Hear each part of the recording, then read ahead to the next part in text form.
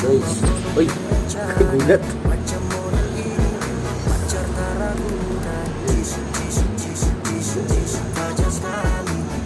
Lalaki na. Sige, baliktad. Sobrang laki. Nakatakot, baka magat. Ayan, sobrang laki niya. Siguro mga 10 kilos na yun.